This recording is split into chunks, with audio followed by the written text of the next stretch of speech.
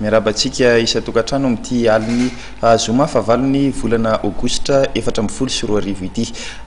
tamin'ity tapabolana 12 andro raha marimarina kokoa dia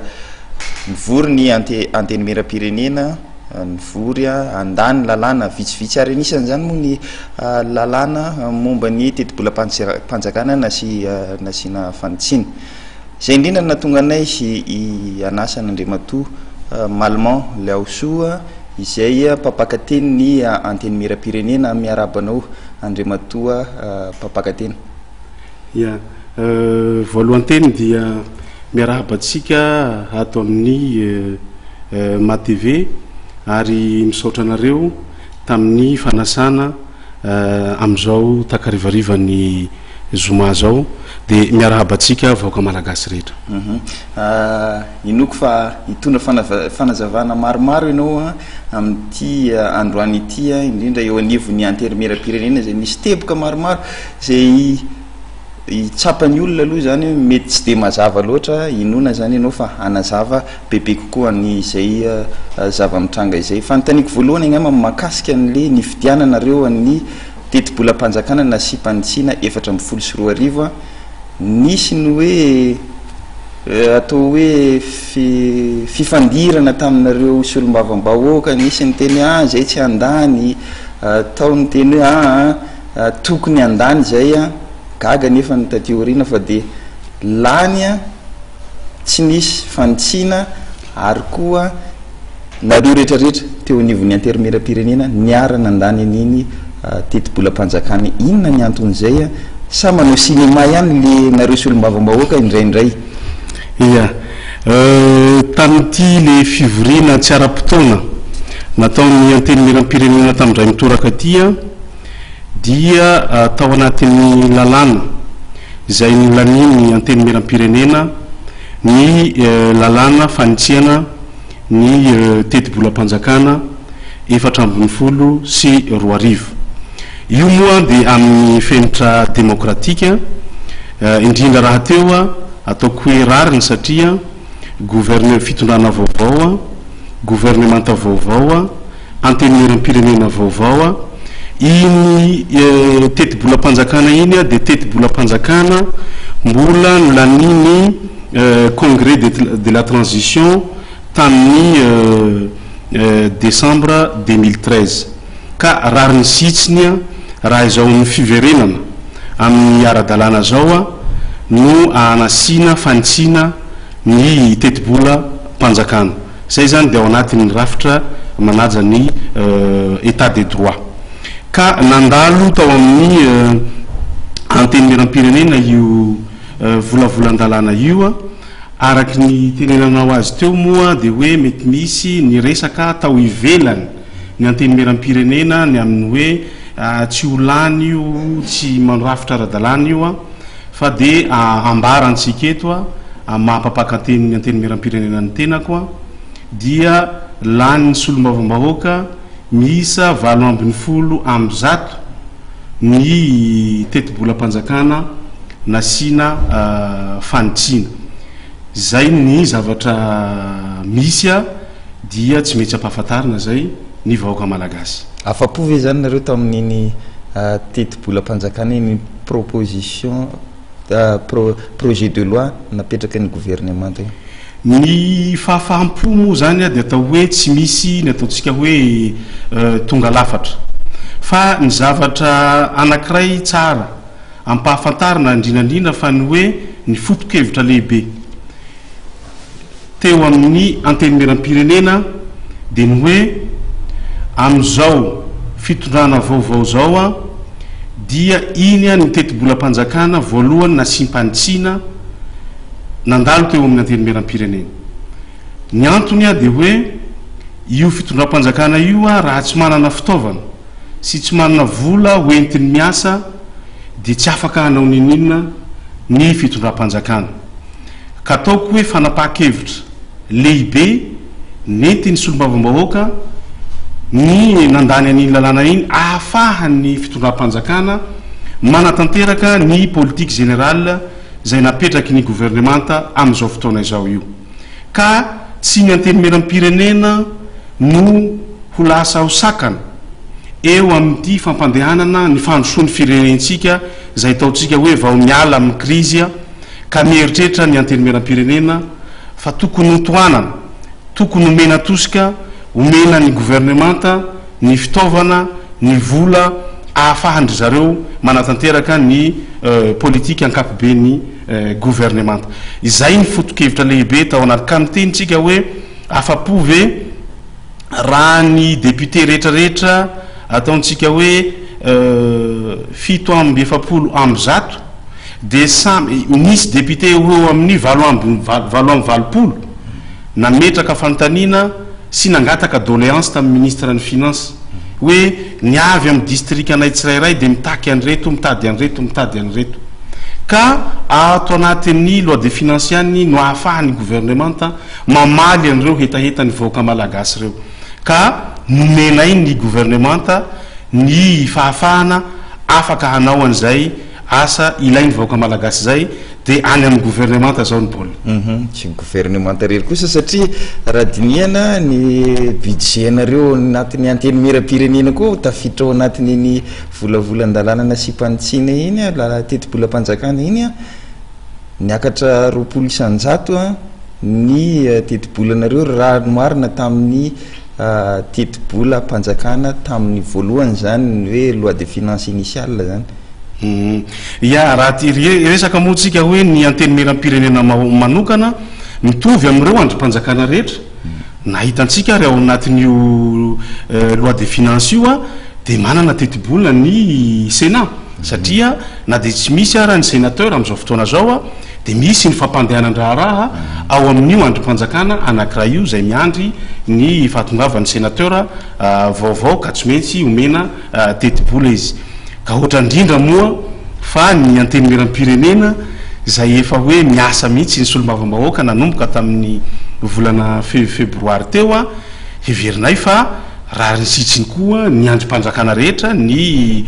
primature zao a de manana koa tetibola ny présidence de la république manana ny ministère rehetrarehetra dia manana tetibola ka rariny koa raha ohatra ny aty antenimieram-pirenena manana ny tetibola tokony hiasana raha hiditra kely amin'le iny tetibolam-panjakana iny tsika dia misy an'le hoe taux de croissance 3% ho anareo député ve zay hoe efa 1 point gagné ve zay hoe tena zava-dehibe eto amin'ny firenena ve zay indrindra anatin'izao hoe tsika iroso amin'ny hoe relance économique sy hoe miarina am'izay hoe fialantsika amin'ny crise izay nandritra ny 5 taona nanomboka tamin'ny 7 zay ia raha ohatra moa ny taux de croissance zay objectif moa io aminatin'le hoe cadrage macroéconomique de 3% ny lazay ny loi de finance zany hoe amin'ity taona 2014 ty raha izay 3% zay zany jerena eo amin'ny lafiny économia dia ataoko hoe naka mesure de précaution ihany a modeste ny gouvernement satria raha nylazay ny prime ministre ohatra dia nanana objectif somary ambusé ihany ny gouvernemanta naka niny 7% iny zany fa raha fa tena hitatsika ny vola zay tokony hoe miditra amin'ny fitondram-panjakana am'izao fotoana zao a de naka an'izay mesure de précaution zay ry zareo ny fitondrana dia io 3% io raha le 3% ary a amintsika ny alan'le crise sy ny fahasairanam-bahoaka teo a de verina fa tokony ahitana taratra ihany a ny asa ny résultat nyty gouvernement ty any amin'ny décembre any a na ataontsika hoe any amin'ny fiandohan'ny taona 2015 any a de tokony ho hita taratra any amin'ny fiainam-bahoaka ny zay le 3% zay zany aminay zany io a dia ataoko hoe efa objectif efa lehibe mihitsy ny atongavana am'izany 3% ny taux de croissance zany a mihoatra amin'ny crise zay nandalovan'ny firenentsika ka am'izao fotoana zao moa rehefa tena hiasa ny gouvernementa de tena ho hitatsika miandala eo a ny fandrefesana ny harikarena faobe ny firenentsika zany anisan'ny resabe teto amin'ny firenena Andriamatoa Papaka teny a ny mahakasika an'le hoe fitakianareo solombavam-bahoaka n'le hoe 3-4 mila karama zao nisy moa miteny mihitsy hoe ny hoe nitaky karama 50 millions de francs nareo bon folo tapitrisa ariary ataonareo inona daholo zay tsy mahatsapa ave nareo nefa ny hoe ao anaty fahasahiranana amin'ny firenena ka hoe tokony jerena ihany mba moramora zany ny rosotsika am'izay hoe fedivana an'izay hoe avantage ny tsirairay zay indrindra ho anareo sy olo tena mpanjakana tsara ny manamarika fa ity le resaka mikasika ny hoe tombotsoa tya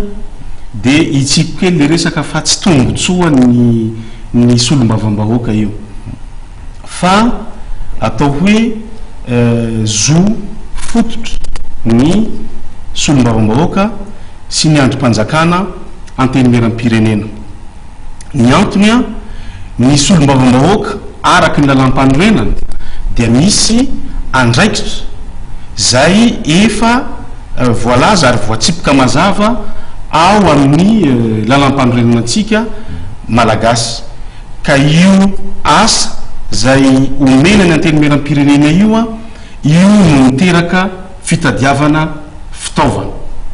io no miteraka fitadiavana anireo pitsopitsony lazainy vahoaka moa hoe tombotsoa le izy fa tsy tombotsoa fa fitaovana hoenty ny antenimeram-pirenena na ny solombavam-bahoaka manatanteraka ny asany ohatra zao ny antenimeram-pirenena dia ny voalohany indrindra dia mpanao lalàna zay ny antony hoe efa nahavita zahay ny fivoriana ara-potoana voalohany de tsy ampy ny fotoana ara-potoana voalohany iny a dia ny antso an'ity fivoriana tsy ara-potoana ity indray ny gouvernemanta ahafahany ny antenimeram-pirenena mandany an'ireo lalàna maromaro zay ny laninay tao anatin'ity fivoriana tsy ara-potoana ity ireo zavatra reo ray zay ny faharoa ny asa ny solombavam-bahoaka dia manara-maso koa ny asa ataony mpanatanteraka na ny gouvernemanta zany ka izany zavatra zany a dia tsy hoe tombotsoa fa raha omena iraka anankiray ny androm-panjakana anankiray itya zay voatsipika mazava tsara ao anaty lalam-panorenana ireo zavatra reo no miteraka hoe fitadiavana fitaovana sy vola hoentina miasa ka resaka daoly le hoe mitaky vola 10 millions d'ariary mitaky katikady ny katikatra mazava ho azy fa tadiavina zaho zao solombavam-bahoaka avy any amin'ny any ampania andrefana any ampania andrefana zany zay tsy mahafantatra ny ampania andrefana de eo amin'ny 1300 kilomètres miala ny Antananarivo raha handeha hanao tatitra any amin'ny vahoaka any sy handray ny etahetany vahoaka any amin'ny ny fidy anay any ampania zahay a de inona ny hatongavana any zay le mitaky hoe mitaky fitaovana teo zao zahay a manao tatitra amin'ny gouvernemanta tamin'ny fasafasa amin'ny gouvernemanta hoe reto ny zavatra manahirana ny vahoaka rehefa tonga eo ampania indray ianao a tsy mijanona eo ampania fa mbola misy ireo toerana commune zay tsy mety andehananao zay ny anay manokana misy commune raha miala eo ampania anao a de any amin'ny 100 kilometatra vao tonga any amin'le toerana ohatra hoe misy commune anankiray atao hoe Fotadrevo zay lavitra de lavitra ny ampania misy commune anankiray atao hoe Itampolo zay tsy maintsy andehanany solombavam-bahoaka satria vahoaka malagasy reo a mila mahafantatra ny zavatra tapahana eto amin'ny firenentsika ka izay asa ataon'ny solombavam-bahoaka zay a io le mitarika hoe fitadiavana an'ilay fitaovana io ary tsy androany anie fa hatra ataotsika hoe tamin'ny 3e république manontolo ny député rehetrarehetra tamin'ny 3e république dia nahazo an'io 4-4 io de mena koa izy zavatra satria re mena 4-4 koa anao nefa tsy misy carburant andehananao a atao inona le 4-4 de izay mahatonga hoe misy droit zo zay a tsy hoe takina irino tsy takina fa rehefa miasa ianao a de omena fitaovana ohatra ny olona rehetra miasa io ka tsy tokony ho takina le izy ary solombavam-bahoaka akory tsy mitaky an'io zavatra io fa hoe mena ny solombavam-bahoaka le izy ahafahany a manatanteraka ny asany antsakany sy andavana ka marina ve le hoe mikarama folo tapitrisa ariary nareo tsy mikarama folo tapitrisa ariary ny solombavombahoaka resaky ny olona ty ambadika ty no miteny an'io fa tsy folo tapitrisa ariary ny karama ny solombavombahoaka fa misy lalàna mifehy ohatrany hoe ny mpiasa kategoria ny mpiasa-panjakana rehetra eto amin'ny firenena misy zany rafitra zany dia manaraka ny kategoria ny mpiasa-panjakana ambony eto amin'ny firenena io ny klasena ny solombavombahoaka dia ny karama mifanaraka amin'izay dia izay no karama raisy ny solombavombahoaka tamin'ny famaranana ny fivorina ara-potoana farany teo fivorina ara-potoana voalohany tamin'ity taona 2014 ty dia somary nanatsidika an'izay resaka hoe fisihana fanodikodina mbola mpanjakana ny filohan'ny antenimieram-pirenena iza marina ny tena nanao azy io inao moa zany mpikambanao amin'ny bromaritra nareo ve zany ny tena nanao azy sa hoe bromaritra teo alohany nanao azy sa bromaritra taiza hoe tanatin'ny tetezamita ve ny nanao an'izay ary nisy ve zay zavatra zay andriamatompapakatena io moa itsika dia ao anatiny hoe tandalana zahay dia manao antsoavo ho antsika vaoaka malagasy rehetra mba tsy dia hoe anjakany tsaho loatra itsika eto amin'ity firenena ity fa aoka mba ny zavatra marina maripototra no resahana sy adina hevitra eto amin'ny firenena ny ty androm-panjakana ty dia androm-panjakana atao hoe mahaleotena zany antenimieram-pirenena zany ao anatin'ny fitantanam-bola ny antenimieram-pirenena dia misy rafitra mazava hitantanana an'io volam-bahoaka io misy rafitra mazava ny ao ny fampiasam-bola sy ny famoahana ny vola ny androm-panjakana ka raha ohatra ka misy zany hoe tsaho any velany zany ary fanresahana be teto amin'ny firenena io asakasaky izay le miresaka an'io fa zahay manokana dia manaja ny rafitra fitantanana ny vola ny antenimieram-pirenena ka io raha ohatra hoe miresaka an'le hoe resahana teo io dia io misy vola ao anatiny antenimieram-pirenena tantanany antenimieram-pirenena zay ampiasainy tompona andraikitra ao antenimieram-pirenena arakaraky ny lalàna mifehy ny fampiasana ny volam-panjakana ka raha misy zay misy koa ny contrôle ny fampiasana ny volam-panjakana iny nahatonga ny filohana antenimieram-pirenena hoe miantso ireo zay nomeny lalàna fahefana afaka manao an'izany fanarahamaso ny fampiasana ny volam-panjakana zany dia iny nahatonga ny filohana antenimieram-pirenena ny teny hoe tongava inareo anaraka ny tahoao dia efa nanomboka tonga tany amin'ny antenimieram-pirenena ny bianco zay tondra ny fanadiadina dia andrasantsika hoe inona ny valyny fanadiadina atao ny bianco fa tsika tsy tokony hoe iaina amina tsahotsaho hoe nisy an'izao fa aleotsika ny zavatra ara-dalàna sy manaraka ny atao hoe ny rafitra republikana ihany no resahina amin'ity firenena ty fa tsy ny tsahotsaho zany hoe mety nisy any zany le suspicion na hoe ayana mety hisy an'izay hoe fanodikodinam-bola zay no le izy resahana amin'ny tsaho no mahatonga n'le hoe aleo ary tsika miantso ireo tompona andraikitra manam-pahefana amin'ny fanarahamaso ny volam-panjakana satria le izy ny resahanareo mpanao gazety na gazety antsoratra na gazety amin'ny ambava dia nyresaka an'io hoe misy vola ohatran'izao ahodikodina ao antenimieram-pirenena zay nahatonga anay na nahatonga ny filohan'ny antenimieram-pirenena ny antso hoany hoe hisy fanarahamaso fa ao anatin'izany fanarahamaso zany koa nefa dia tsika tanytandalàna ama misy souveraineté ny institution de la république dia misy rafitra tsy maintsy ajaina koa ao anatin'izany fanatanterahana ny fanarahamaso zany andriamato malimaly aso anao moa zany mpikambana averiko indray mpikambana ao anatin'ny bromaritra zavatra tsikaritra aloha zany nandritra ny hoe nitsanganana io antenimieram-pirenena io dia toa ny gouvernemanta foana no manolotra volavolan-dalàna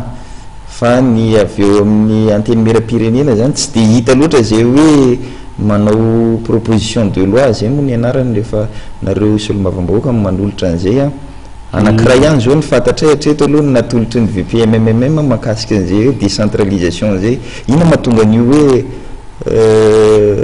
mety varindrina ve nareo solombavambahoaka sa ny avy any amin'ny exécutif ny mpanatateraka ny tena miasa mafy atao hoe miasa mafy ny mpanatateraka na tsy miasa ny solombavambahoaka de mety hoe mbola anjarany vahoaka angamba no tsara an'izay fa zavatra roa no lazaina lampanorenana ary marina le teneninao hoe misy volavolan-dalàna avy aty amin'ny gouvernement zay entina ato amin'ny antenimiram-pirenena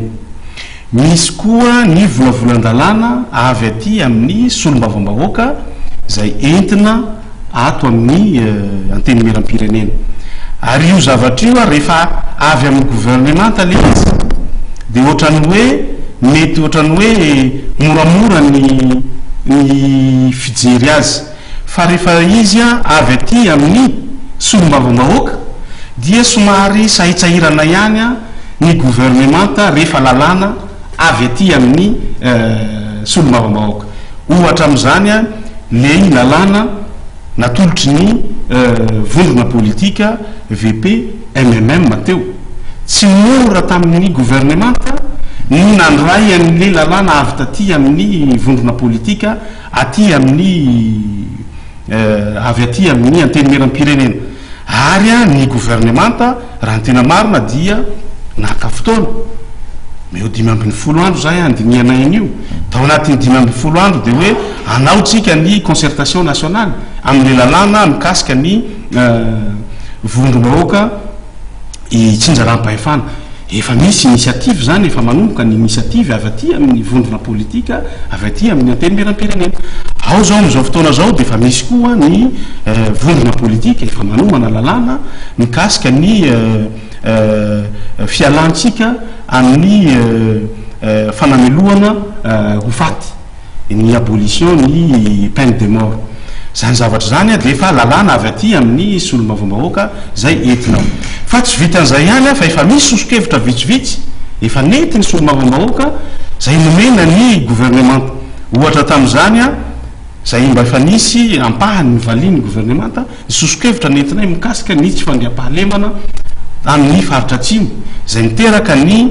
opération coup d'arrêt zay natao ny fitondram-panjakana miaraka amin'ny ministera ny mitandro ny filaminana am'izao fotoana zao sosokevitra zay avy aty amin'ny antenimiram-pirenena misy koa sosokevitra zay nomeny ny antenimiram-pirenena ny gouvernement mikasika ny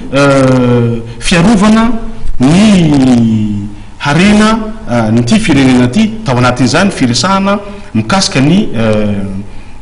bois de rose misy sosokevitra avy aty amin'ny parlementa zay nomena ny gouvernement anampy ny gouvernement amin'ny fiadina amin'ny fandefasana ntsokosoko ny harena nyty firenena ty farany fahatelo de misy koa ny volavolan-kevitra nety ny solombavambahoaka mikasika ny relance économique ohatra zay nomena sosokevitra tany amin'ny gouvernement ahafahan'ny gouvernement mampiditra an'io ao anatin'ny politique générale de l'état am'izao relance économique ny firenentsika izao ny dikan'izany tsy miandry ny solombavambahoaka hoe hiandry ny zavatra avy any amin'ny gouvernement foana fa ny zavatra misy de sahitsahirana ndray ny gouvernement rehefa avy aty amin'ny solombavambahoaka ny manome sosokevitra de iry zareo ndray ny somary sahitsahirana eo amin'ny fandraisana fanapaha-kevitra amin'ireo le sosokevitra avy aty amin'ny antenimiram-pirenena anisan'ny andrasany maro moa zany misy ireo toy ny fianakaviam-be iraisam-pirenena mahakasika an'ireo hoe fifidianana be ny tanàna amin'ity taona 724 ity raha ny fahitana fizotran'ny raharaha nefa nankehitriny de ohatran'ny sarotsarotra ihany no idirantsika am'izay fifidianana zay amin'ity taona ity satria ny lalàna moa zany de mbola toatsy vonona zany raha fahitana azy nareo moa andinika an'le hoe projet de loi organique zay mitaky 5 andro raha teo andiniana an'iny ametrahana azy zay vao andinianareo azy eny amin'ny eny anivony anteny mera-pirenena zao zany nareo ohatrany hoe efa tonga aminareo le lalàna raha tsy diso a tonga aminareo le lalàna nefa tsy afaka hodinianareo satria ny constitution ny efa lalam-panorenana efa mametra an'izay daty mazava zay hoe 10 andro ny ilaina nareo manokana eo anivony anteny mera-pirenena ave matoky hoe mety hoe azo atao amin'ity taona 4 ity ihany ve zay fifidianana zay ary hoe olaninareo aingana ve io lalàna io sa hodinianareo tsara ao anatin'ity fifidianana be ny tanàna 4 ity ia marina tokoa le hoe misy volavolan-dalàna mikasika ny collectivité territoriale décentralisée na ireo vondrom-bahoaka amparitra reo ka misy lalàna anankiray natao hoe loi organique na ny hoe lalàna fehizoro ka io zany io loi organique io raha ny voalaza ny lalam-panorenana atsika dia mandalo lecture eo amin'ny 10 andro ao amin'ny anteny mera-pirenena zay vao afaka aroso dinia ka raha ohatra tamin'ity fotoana nanaovana ny fivorina tsara-potoana tia dia 12 andro ihany voalaza lalam-panorenana ny faharetany anaovana ny fivorina tsara-potoana ka nefa 12 andro nalaina lalam-panorenana koa anaovana lecture ny loi organique ka dikan'izany dia tsy ampy ilay 12 andro amin'ity fivorina tsara-potoana tia ahafahany mandinika an'io ka io tsy de hoe tsy aminay tsy de hoe mbola misy resaka hoe intérêt politique na kajikajy politique ao anatin'io fa tena ataontsika hoe purement technique io zavatra io zany ka raha ohatra zany mety tsara amin'ny fitondram-panjakana ny anaovana nyity fifidianana ty ary zahay ao amin'ny anteny mera-pirenena manokana dia manao hoe tokony roso amin'ny fifidianana be ny tanàna amin'ity taona tya dia raha ohatra ka izay lafiniara teknika izay dia tokony zany hisy fivorina tsy ara-potoana indray ato amin'ny anteny mera-pirenena ahafahana mandinika amin'izay ireo lalàna reo fa ireo lalàna anankiroa hafa mikasika an'le hoe ny solotena ny fanjakana foibe any amin'ny vondrom-bahoaka itsinjara-pahefana na ny hoe représentation de l'état any amin'ny collectivité territoriale décentralisée kosa dia ireny tsy de hoe olana loatra ny fandiniana azy nefa mifandray ireo zavatra reo amin'ilay loi organique na le hoe le lalàna fehizoro zany nidikan'izay mba hampisy ny fifandraisany ny amendrika kokoa ny fandinihana reo lalàna anankitelo reo dia tsara raha ohatra ka hoe miaraka dinina zany fa tsy tsara ny hoe ity reto lalàna anankiroa reto dia handeha alohan'ny loi organique dia manjary tsy mety zay zavatra zay nefa tsika ato anatin'ny manaja ny état de droit ka ataoko hoe manao antsoavo amin'ny fitondram-panjakana tokony hoe ampiantso indray mandeha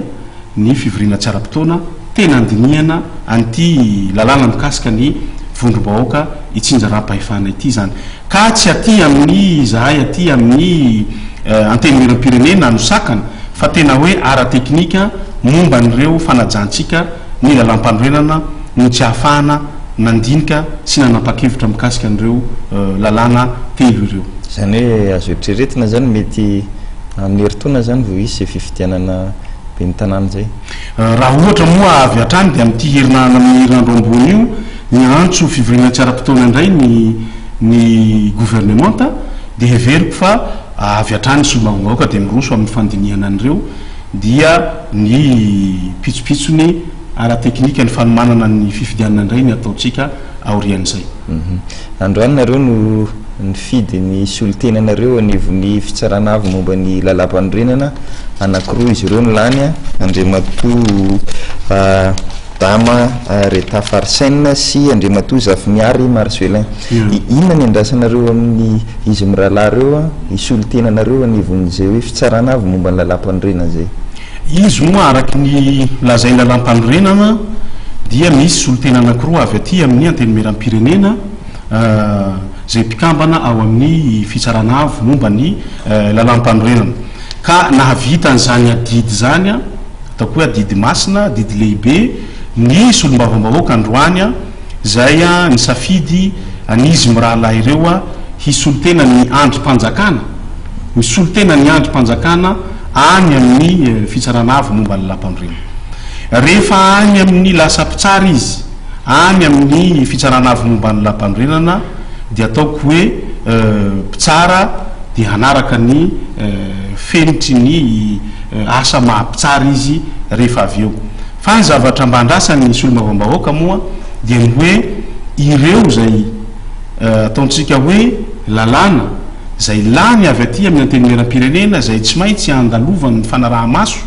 any amin'ny HCC dia izay a no ataoko hoe andrasany ny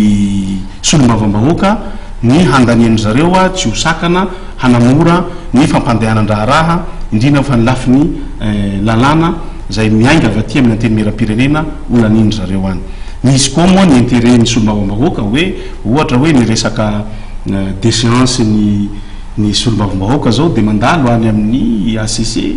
dia dikan'izany a ireo olona misolotena ny andrim-panjakanareo a ny antenimierareo rehefa mba vatonga any a dia mba miaro ny tombotsoa ny solombavambahoaka izay soloan'ny tena any amin'ny haute cour constitutionnelle dia izay zavatra zay mba andrasanay andrasan'ny député andrasan'ny vahoaka malagasy amin'ireo olona reo a mba tsy hanao fitsarana mitanila na loko politika fotsiny a fa mba hijery ny aradrariny a amin'ny fanapahan-kevitra eto amin'ny firenena. Ianao nanatsidika kely an'le resaka hoe déchéance teo fanalana député zany fanakihana nareo solombavambahoaka tatoato indrindra omaly moa zany nisy an'ireny afaka male nisy an'ireny fanambarana nataony filohan'ny antenimieram-pirenena teo aloha reny hoe tsy mandray ndraikitra ny fitsarana avy momba ny lalam-panorenana misy tsy fanarahan-dalàna tamina metrana an'ireo vondrona parlementaire isatsokajiny teo anivon'ny antenimieram-pirenena zay ianao ampapakateny zay mampapakateny ianao misy ve zay tsy fanarahan-dalàna zay ary tatakiny ahoana ny fivoakan'izay a satria misy a ireo ataoko hoe vondrona parlementaire anankiray a lasa tondra anarany anankiray fa mizara telo zareo inona mahatonga an'izay ary atretoko nefa mbola ohatrany tsy hita soritra ofisialy zany zay hoe iza moa ny lehibe an'ity vondrona parlementaire ray ity iza ny lehibe an'ity vondrona parlementaire ray ity ya zavatra roa no entsika mamaly azy ary lafiny teknika ny ray a dia miteny hoe ny indépendant zany hoe ny olo mahaleo lany tamin'ny tenany manokana na ny mahaleo tena dia afaka miditra amin'ny groupe parlementaire zay safidiny zay zany a rafitra anankiray zay ny faharoa dia ny hoe solombavambahoaka miisa 10 dia afaka mivondrona ao anaty groupe parlementaire anankiray ka ohatra zao ny raha niresahana amin'izao fotoana zao ny groupe parlementaire mapara dia mizara groupe parlementaire anaky telo groupe parlementaire mapara ray a groupe parlementaire mapara 1 dia ny groupe parlementaire mapara 2 ao anatin'izay a dia mahafena n'ilay fepetra hoe solombavambahoaka 10 a dia mily vondrona ao anatina groupe parlementaire anankiray fa ary zareo a dia mitondra ny anaran'le nahavoafidy any zareo satria araky nylazay lalam-panorenana koa dia ny mandahnay solombavambahoaka dia mandah impératif zany hoe tsy afaka mialy ianao a amin'ny antoko politika nahavoafidy ianao dia izay mahatonga an zareo lasa groupe telo zany fa anarana mapara ihany a no entiny safidiny moa zay a tsy azonao terena ny solombavambahoaka amin'izay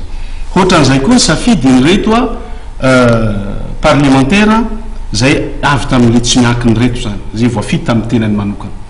dia ny safidiny zareo a nakabeazany zareo a miditra amin'le hoe groupe parlementaire HVM dia ao anatin'ny HVM akory zareo amin'izao fotoana zao ka ao anatiny lalana fitsipoka ny fehin'ny fananganany groupe parlementaire mihitsy no miteny hoe omena anarana ilay groupe parlementaire. Ny groupe parlementaire tsy voatery hitondra ny anarany ilay antoko politika fa azonao omena anarana zany le izy. Ka zareo ohatra ny safidy ny hoe ny anay de groupe parlementaire HVM ny tianay anaovana an'le anarana na de fatatsika fa antoko politika ny am'izao fotoana zao ny HVM. Zay ny fanapaha-kevitra ny raitsy ny ireo solomavombahoaka reo de ny anarana HVM ny groupe ny zareo. Ka amiko tsy hitako hoe ina ny tsy manara-dalàna eto fa ny lanam-pandrenana de voahaja hatram'izao mbola tsy misy solomavombahoaka miala tamin'ny antoko politika na voafidy azy ka hifindra amin'ny antoko politika hafa. Hatram'izao araky lazaina ny lanam-pandrenana ny indépendant de afaka miditra amina groupe parlementaire tia nidirana de nanaraka an'izay ireo solomavombahoaka reo de zay ny zavatra mitranga am'izao fotoana zao ao amin'ny antely miaram-pirenena. Fa ny interprétation moa ny fandikanan'io azon'le olona dika arak'izay tia nandikana azy fa izay ny fanazavana ataoko hoe ara-teknika omenay avy aty amin'ny antely miaram-pirenena. Tsy dia kely ngambany le resaka hoe PMP nareo moa zany mpikambana ao anatin'le PMP ny akamaroanareo amin'ny bromaritra kehitriny mbola misy any ve le hoe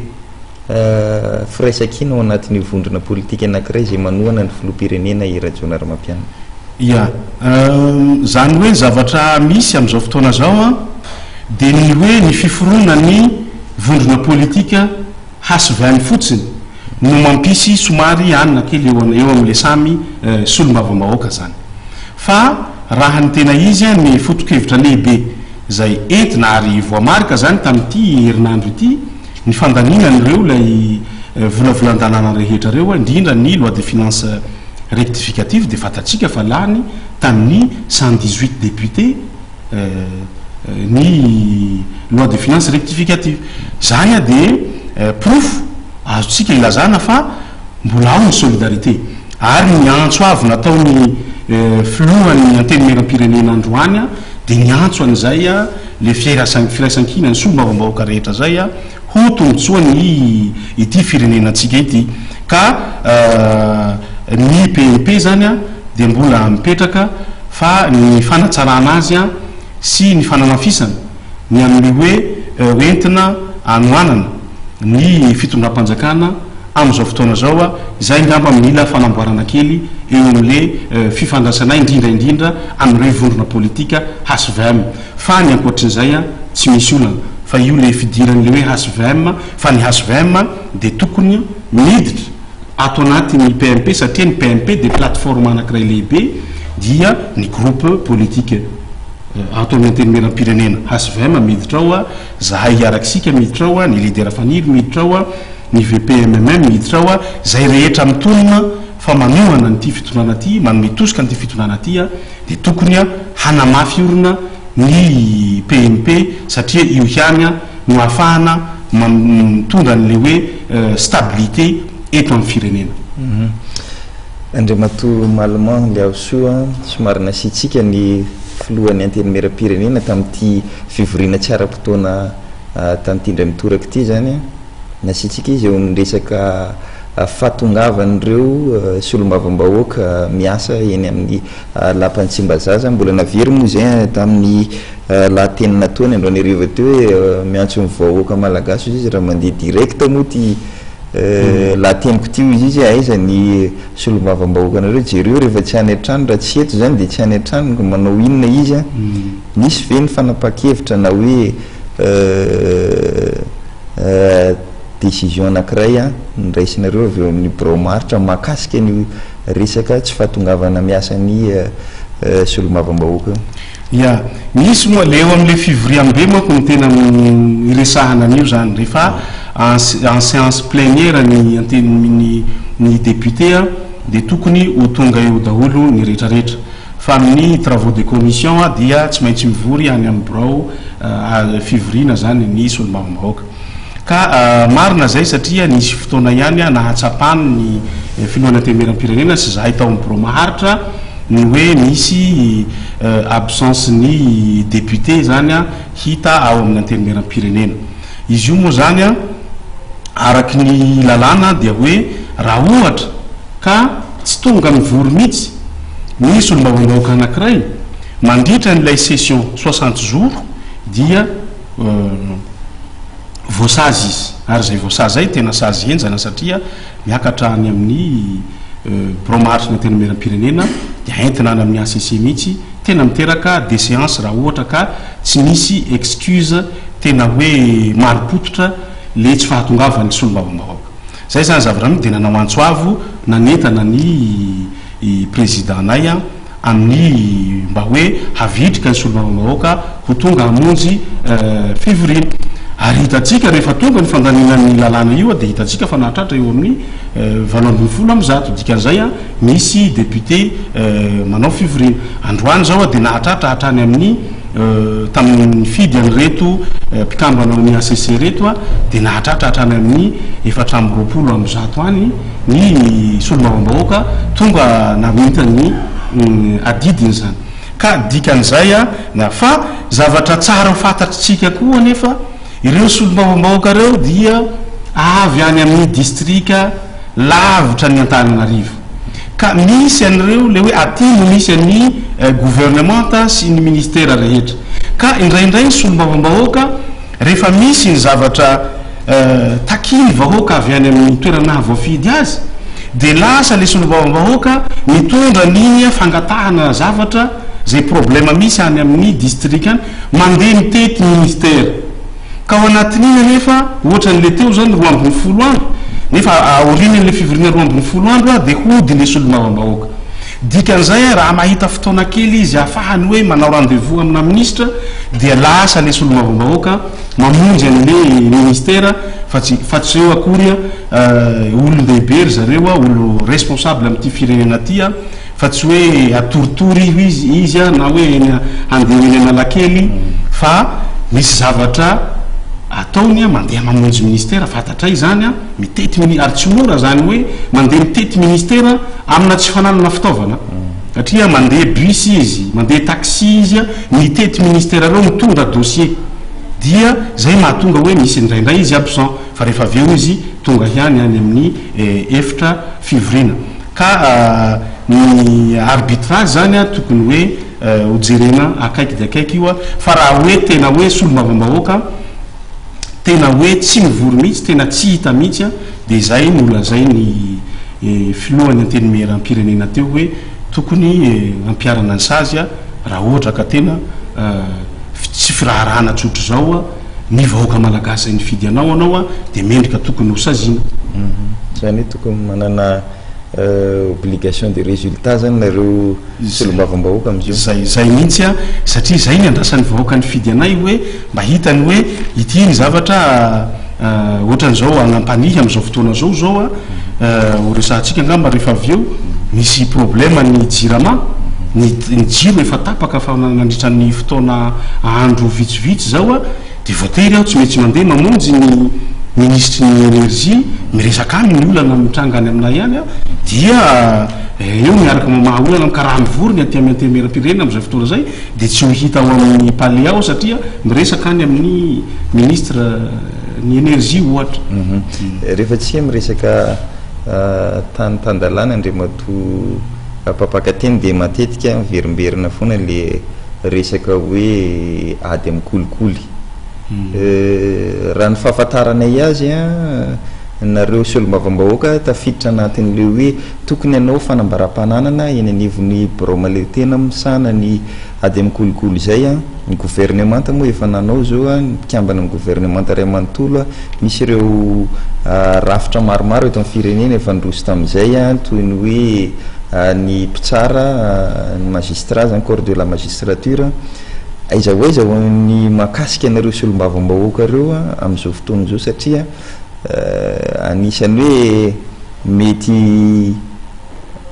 apisy modely eto amin'ny firenena raha toka ny solomavambahoaka miroso am'izay hoe fanambaram-panana zay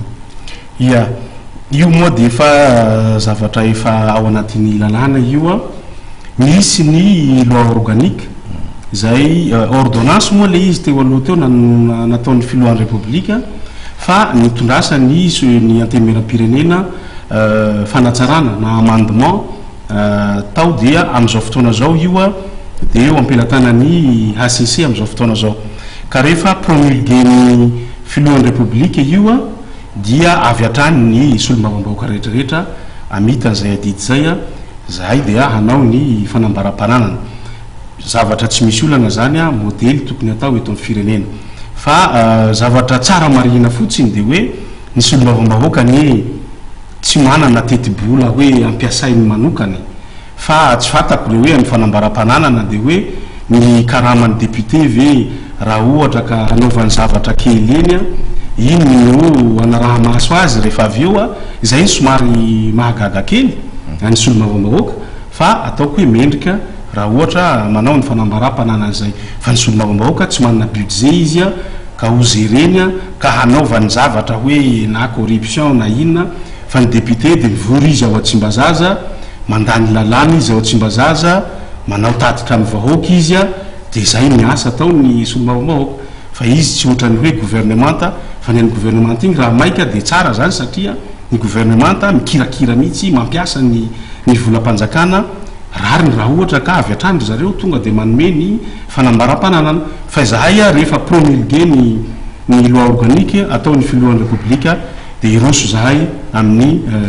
fanambaram-pananana ny lalàna iny misy moko napisy tension napisy olana teo aminareo mpanao lalàna marina zay satria ny tao anatin'ny zahay ao anatin'ny tsy fivorina ara-potoana no namoahana par ordonnance nataony filohan'ny republique sy ny conseil des ministres n'izy igny de iny nampisy an'le hoe réaction ny parlementa hoe état de droit tsika efa toerana misy efa misy solombavambahoaka am'izao fotoana zao mitsangany amin'ny teny meram-pirenena ny lalàna rehetra tsy atao any ambadika any fa iadina hevitra atao amin'ny anteny meram-pirenena de zay nahatonga anay a nanao fanatsarana nanao amendement ny loi organique anakiraha iny de eo ampelantanany ACC izy am'izao fotoana zao tiako evina am'izay mantsy hoe inona tonga n'le tension tamin'ny exécutif sy ny parlementaire dikan'izay hoe zany am'izao efa milamina zay hoe somary hoe tension aminareo satria efa raha fitadidiko aloha indroa efa nisy menaceny zay hoe anao vote de déchéance ny premier ministre nisy ny gouvernement anao motion de censure lamina zany nitoetra raha am'izao ya fa le izy am'izao fotoana zao aloha zay le resaka tany amboalohany hoe tsy tsara atsika manao tsahotsaho moa zany satria mbola tsy nisy ny hoe fametrahana taratasy na fanaovana sonia an-taratasy a napetraky ny solombavambahoaka taty amin'ny birao maharitry ny anteny meram-pirenena mangataka an'io déchéance ny gouvernementa io zany ny prime ministre io zany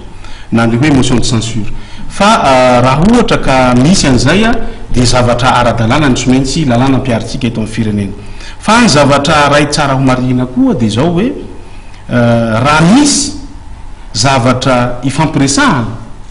sy fanarahana miaraka amin'ny mpanatanteraka sy zahay aty amin'ny mpanao lalàna de mirary zahay a ny samy tenyolona samy responsable dia tanterahina le zavatra atao satria io ihany ndraindray a no miteraka attention any ambadimbadika any zany ohatra hoe reo sosokevitra mikasika ny hoe fandriam-pahalemana ohatra nataony anteny meram-pirenena io a anakiray nataony ny opération coup d'arrêt tapitra zao ny opération coup d'arrêt inandray ny tohiny io satria raha mirongatra ihany ny asandahalo a tsy mba mahaolana le izy de dikan'izay tokony isy vahaolana maharitra omeny ny gouvernement ka ny anay zany de hoe raha misy zavatra mba ifampiresahana amin'ny mpanatanteraka de tokony ho tanterahany io a hahafahantsika misy stabilité tsara satria io le miteraka an'le hoe frustration ndraindray avy aty amin'ny solombavambahoaka hoe zao zavatra mba niresahana rehefa tsy tanterahin'ny mpanatanteraka iny a de miteraka attention de zay miteraka hoe lasa tsaho any ambadika any hoe anao motion de censure ny gouvernementa ny député raha iresaka moa tsika zany mahakasika ny hoe fifandraisan'ny anteny-meram-pirenena ankehitriny amin'ny reo anteny-merany ivelany tatakiny ahoana zay fifandraisana zay satria nisy fotoana moa tao anatin'ny teteza mita zany tapaka zay fifandraisana zay miverina moa zao tsika ao anatin'ny OIF ny parlement francophone tatakiny ahoana zay fizotran'zay fiverenana zay hoe ifandraisan'ny parlementaire malagasy amindreo parlemanta any ivelany zay. Ya izany moa tsika rehefa miverina am'izao fitondrana ara-dalàna zao a misy ny anteny miram-pirenena voafidom-bahoaka dia miverina tsikelikely io zany fa ny anteny miram-pirenena koa moa satria ny fandehanana any ivelan'ny Madagasikara dia miteraka koa na vola zay antofana ny parlementaire zay mandeha any ivelany a dia tao ao de nisy fotoana ahafahana nanao an'izay nefa na de zany a efa nisy mission lehibe anankiroa zay efa vita ny anteny miram-pirenena de nandehana ny filohan'ny anteny miram-pirenena tany Frantsa farany teo zay efa nahafahany a ny resaka ny Madagasikara tany amin'ny frantsay zany. Ny manaraka an'izay a misy koa ny mission zay natao ny parlementa malagasy a tany amin'ny tany Canada zay miaraka am'ireo parlementaire miteny amin'ny tany miteny frantsay a de efa miverina tsikelikely tsika zaho mino fa atoato a de misy mission vitsivitsy zay atao ny parlementa malagasy any ivelan'ny nosy a ahafahantsika tena miverina eo anatrehan'ny sehatra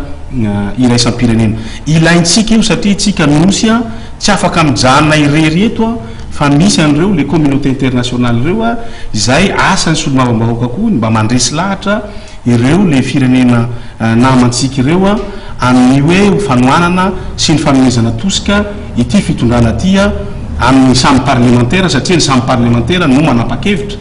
dia zay a mission lehibe ataon'ny parlementa zay ka atoato a de hisy fandehanana amina firenena maromaro tena hiverenantsika tokoa hitondrasana nyty firenenantsika ty amin'ny ataotsika hoe avo de avo a ho famerenana antsika eo anatrehan'ny concert des nations. Fanontaniako farany Andriamatoa-Papakateny ary rotona moa ianao solomavambahoaka voafidy tany ampaniaraka ny voalazanao teny aloha teo malaza ny faritra amin'ny faritra atsimo iny fa manana renakibony tany maro de maro ahoana ny fomba tatananareo an'izay renakibony tany zay satria am'izao fotoana aloha zany de fantatra fa iroborobo io fikirakirana an'izay renakibony tany zay satria politika akapoben'ny fanjakana ankehitriny de mieritreritra ny hoe hitrandrana andreo renakibony tany reo ahafahantsika mampandroso any Madagasikara. Zahay a de antsoavo no ataoko amin'ny fitondram-panjakana ma solomavambahoaka voafitany avy zany ampany andrefana ny tenanay satria io faritra atsimo io a de anisan'ny hoe mampalahelo fa somary adiny foana teto amin'ny firenena ka mikasika ny zavatra anankitelo angamba na efatra eo no mba ho resahako mikasika ny hoe antsoavo ataonay avy any voalohany indrindra ohatra am'izao fotsika miteny zao a dia mitsilopilopy mihitsy ny jirama ary ao anatin'ny aizina tanteraka ny vahoaka ny ampany soa moa fa efa fampiresaka tamin'ny ministre ny énergie ny tena koa ary nampanantena izy a fa anome tanana nefa ny fanaovana an'le réparation satria le groupe électrogène efa antitra de antitra de tsy mitondra anay a makaiza loatra fa izay nanaovako antsoavo hoe mahafantatra zahay maheno fa misy groupe électrogène vaovao zay ana dia anovanay antsoavo amin'ny ministre ny énergie sy ny filohan'ny république hanome ny vahoaka ny ampany groupe électrogène vaovao fa tena ao anatin'ny aizina tanteraka zahay am'izao fotoana nitsika miteny amintsika miteny zao zany. Faharoa manaraka an'izay a ny ataotsika hoe ny régulation mikasika ny arenakibony tany a resahana teo ary a ny filohan'ny république dia rehefa nisy fotoana ny aonana taminy dia ny resahany ny hoe misy fandaminana tokony atao amin'ireo mpitrandraka arenakibony tany a amin'ny faritra atsimo an'ireo zany indrindrandrindra fa ireo mpitrandraka ao amin'ny